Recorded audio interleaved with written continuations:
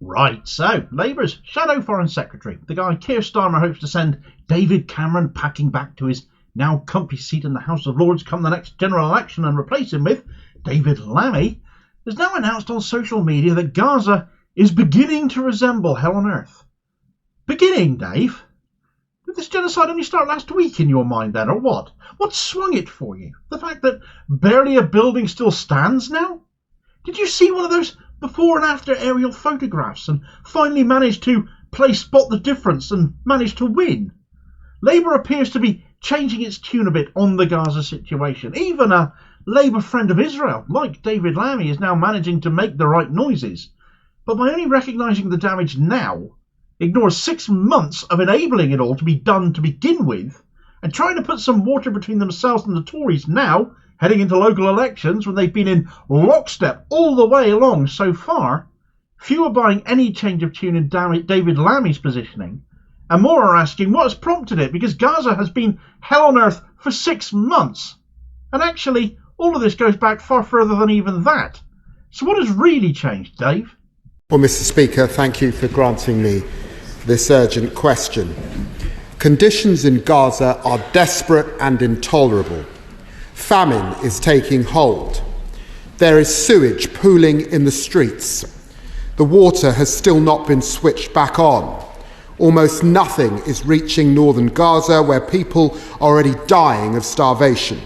The healthcare system has been utterly devastated. Yesterday, leading NGOs told me about specific blocks and restrictions they face from Israeli authorities in doing their life-saving work. Aid sat waiting, unable to reach those in need, some rotting where they stood. Items removed from trucks without explanation. Doctors are reusing single-use medical equipment from patients who have died. The UN report today said 10,000 women have been killed. Mr. Speaker, this is a description of hell on earth, and it cannot go on. For months we've demanded that aid flow without restrictions, unfettered, unimpeded, at a level to meet humanitarian need. The UN Security Council has demanded it. The ICJ has ordered it. But despite the pledges made, UN figures show that there was more aid going in some days in January than there was yesterday. So I have 3 questions for the government. First, can the Minister be clear that Israel is not meeting its commitments, and what pressure is the government applying to change that? Second, why has the government not yet announced it's restoring funding to UNRWA?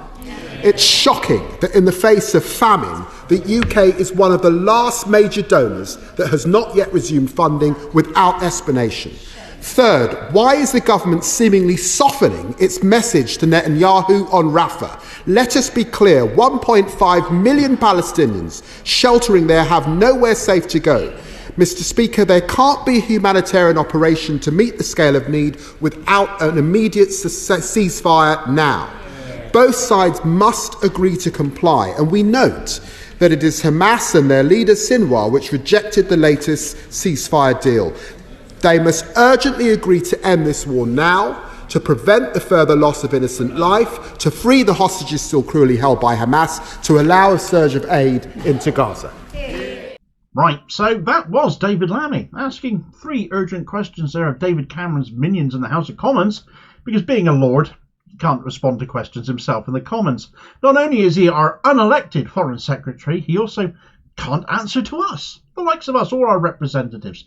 No wonder it ends up being left to the likes of Kay Burley, as her recent interview with Cameron showed, to hold him to account, since it appears he's above Parliament's ability to actually do so. Lammy's got some brass neck for putting on that particular performance, though, because it is as if all that he said there were some kind of sudden revelation. Who knew about this? I'm horrified. We need to do something now. The way he acted as if Israel only struck last week. Everything he said here was 6 months too late, and 40,000 dead Gazans too late as well, and completely disregards what he and others in his party have been saying and doing for these last 6 months. But let's deal with what he's said here as if it's as much news to us as it is to him, because, well, it isn't, is it? Conditions in Gaza are desperate and intolerable, he says, we know. Gaza's been razed from north to south, and you're only now cottoning on to this notion, apparently. Famine is widespread. Well, we know this already as well. People fled, leaving everything behind. We've seen pictures of the IDF tucking into the food left in cupboards before they then go on to destroy the homes. Heck, Israeli newspapers have done puff pieces about all of this. Clearly no Hamas in the building with them stealing the food, so why destroy the homes afterwards anyway then? We've seen the pictures of people dying from starvation, notably children. They will haunt us. More people are now allegedly dying of hunger than at the hands of the IDF at this point. Sewage is pooling in the streets. Well, certainly if we take Rafah as a case in point here, that place was never designed to house roughly 1.5 million people. That's almost 3/4 of the entire Gazan population, as it does right now. A city swollen in size by the growth of a tent city that sprung up alongside it, getting bigger all the time. Therefore, the infrastructure is not there and never has been to cater to the basic levels of hygiene we all expect for that many people. A big thing has been made amongst some aid agencies to get some dignity in for some of these people, notably women, by trying to supply feminine hygiene products. Though, like all aid, it is being held up at point of delivery. Lamy admitted to mention why this is, and it's mainly because settlers are blockading the aid from getting in, and nobody seems keen to police this. Be it the Israelis, who are the ones who should be obviously doing it, it's their people doing this, but they don't care. But with famine, with hunger, with disease and destitution, how much longer must we, the rest of the world, our leaders, our representatives, the UN, the eyes of the world, wait for leaders across the planet, demand that the UN step in with a peacekeeping plan to get that aid in? Never mind what Israel want to say or do. It's no good all these rulings being made if Israel continue to ensure they keep on ignoring it and it doesn't get in. Where's the criticism of that then, Dave? Diplomacy is one thing, but silent complicity, that's quite another. Aid is not only not getting in, but Israel are also actively interfering with what does get through at that. Do you know what the most frequently rejected items are, Dave? You did mention healthcare and medical item shortages, so not anything in great detail. So I'll tell you in case you're unaware. It does all seem to be some kind of a shock and surprise to you after all. The most rejected items by the IDF from getting through into Gaza include anaesthesia, crutches, generators, ventilators, oxygen cylinders and X-ray machines. Over 1,000 children have undergone amputations in Gaza without anaesthesia, according to UNICEF. I can recall seeing old films with people in bygone days where the ship's doctor got the saw out and told the poor injured party to bite down on a piece of wood as he got to it. Well, how do you think that works out when you're doing it to a child?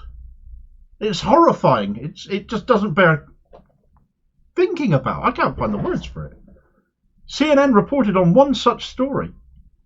One doctor, Hani Bezezo, amputated his 17-year-old niece's leg with a kitchen knife in his home, using only the clothes on his back to stop the bleeding and dish soap to clean her wounds. An Israeli tank missile hit her when she was on the 6th floor of our building, Bezezo told CNN. I didn't know what to do. I didn't have anaesthesia or any kind of medication. I cannot imagine how that poor girl must have suffered. Healthcare in Gaza is being systematically decimated. You're right there, Dave, it is. Hospital after hospital has been rendered completely inoperable or blown to bits. The IDF have raided them, killed patients, left babies in incubators to die where they lay, which reminds me of Lamy, despite his denials on this matter, talking to the media at one point about babies getting raped by Hamas, which was a lie, and you perpetrated that, didn't you? So why are you acting so shocked that the Israel and the IDF are getting away with what they have gotten away with? And why are you making such a big deal now as if you've only just discovered it? You knew. But so many have died at the IDF's hands, and it is examples like the one I've just given that are so many people up in arms about Lamy, acting as some kind of guardian for the Gazan people now. Everything these politicians say and do gets saved and recorded.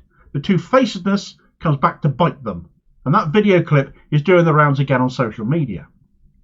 Yet now, Dave Lammy is saying Gaza resembles hell on earth. Did it take the strip literally being razed from the north to the very south to come to that conclusion then? Because it's been hell since October 8th. Frankly, living there, if you're Palestinian, has been hell for decades longer than that. Nobody excuses what Hamas did on the night of October 7th, but in light of the arguments over proportionality when it comes to Iran's response to Israel, for instance, targeting their embassy in Syria, 6 months of genocide cannot ever possibly be a proportional response either. How do you square that hole? Where have you been? Aping the Tories every step of the way up till now. Lamy spoke of months of Labour demanding aid get in unimpeded, but whilst I've mentioned pressure on Israel by other nations, what pressure have you actually put on the government when most of the time you've been agreeing with them? Given the months of agreement on the matter of Israel and Gaza, where instead of seeing innocent Gazan people for too many politicians on both sides of the House of Commons, all you've seen is Hamas. It's been all about them. Now suddenly there's a humanitarian crisis and you've noticed, oh, whoops, there's lots of innocent Gazan people here apparently too. They're not all Hamas. Well, it's about time. The UN Security Council ordered aid in. The International Court of Justice ordered aid in back in January. That seems ages ago now, but without a ceasefire, which you now claim you want, Labour claims they want, but aid and safely delivering it, which is also a major issue as the targeting of those World Central Kitchen workers brought into stark reality recently, is an ongoing issue as well. Back in January, when the ICJ demanded the aid get in, that Israel facilitate this, a de facto ceasefire call as that was interpreted as, because the orders the ICJ laid down would be impossible to deliver without one, you, Labour, were still all about humanitarian pauses, and your party scuppered an SNP ceasefire amendment the November before. It was the month after that ICJ ruling was laid down to get aid in that Labour decided to screw up an SNP Opposition Day motion calling for an immediate ceasefire, so you could get a watered down amendment through that allows you to say you called a ceasefire and stop Starmer having a raft of resignations and rebellions on his hands. And the ceasefire you wanted, the amendment you laid down, wasn't really a ceasefire at all. What Labour have done here is now choose to weaponise the humanitarian crisis in Gaza as a club to hit the Tories with. Labour, heading into a general election, wants to be seen as the least worst option over Gaza. That they'd do better than the Tories are now, which isn't a challenge at all. If they were talking like this last October, last November, we might believe them. But coming 6 months on, when there's barely anything in Gaza left standing, it's all far too little, far too late. And if anything, this will anger more people at Labour for the blatant politicisation going on here, in my opinion, because given their conduct up until now, who believes they are in any way genuine about this? Especially coming from a Labour friend of Israel like David Lammy. Lammy asked 3 questions. The first I think we've largely covered here. What pressure are the government bringing to get aid in? About as much as anyone else has, nowhere near enough. Political pressure isn't really doing enough, isn't doing nothing. It's not helping the Palestinian people right now. It's not helping the people of Gaza. I genuinely think if a peacekeeping force isn't tasked with getting aid in and ensuring it gets in and stopping these blockades that Israeli settlers keep putting into force, then this famine will continue and the aid in the trucks will keep getting stuck and they'll keep on queuing up with the food rotting in the back and so on and so forth. I have to acknowledge that Lammy's other 2 questions, however, were good questions to ask though.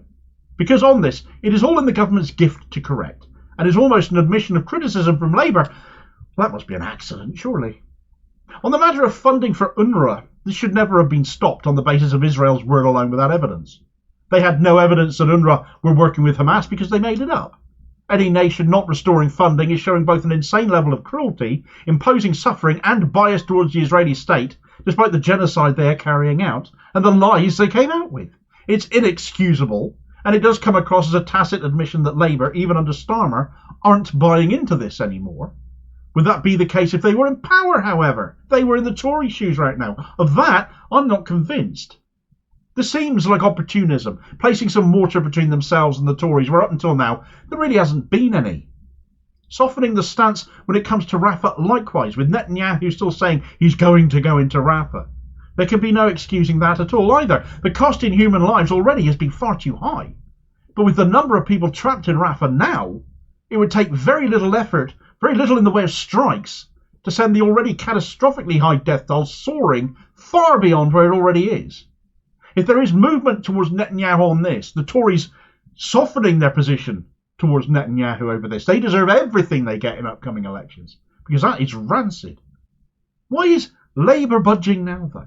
Well, local elections are coming up, aren't they? I, for one, do not believe they are hardening their stance at all towards Israel. Labour are more pro-Israel, arguably, than any other party, especially with a leader like Keir Starmer, who owes the Israel lobby everything, his major funders in his leadership campaign to replace Corbyn, the self-confessed Zionist without qualification.